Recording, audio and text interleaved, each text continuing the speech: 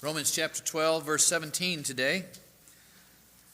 We'll have, looks like two more sermons, one today and then one next week on chapter 12, and then we'll be plunging into chapter 13, submission to the governmental authorities, and what does all that mean? So it'll be an exciting time to head back into that. But how different are the sermons right now on a weekly basis than they were, let's say, when we were in chapter 9, studying the great doctrines of God?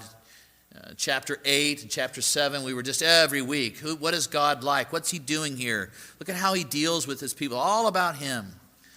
And then all of a sudden we get to chapter 12, and it all switches to commandment after commandment after command, just one after the other. Do this, do this, do this, do this, do this, do this, do this, do this, do this, do this. Just all these do that, don't do that, don't do that, don't do that, do this, don't do that, do this.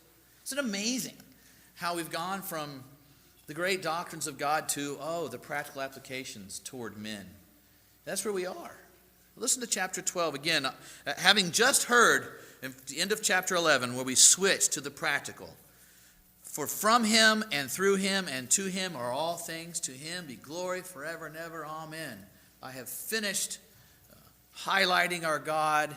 So remember, we went from theology to doxology, this praise, to practicality.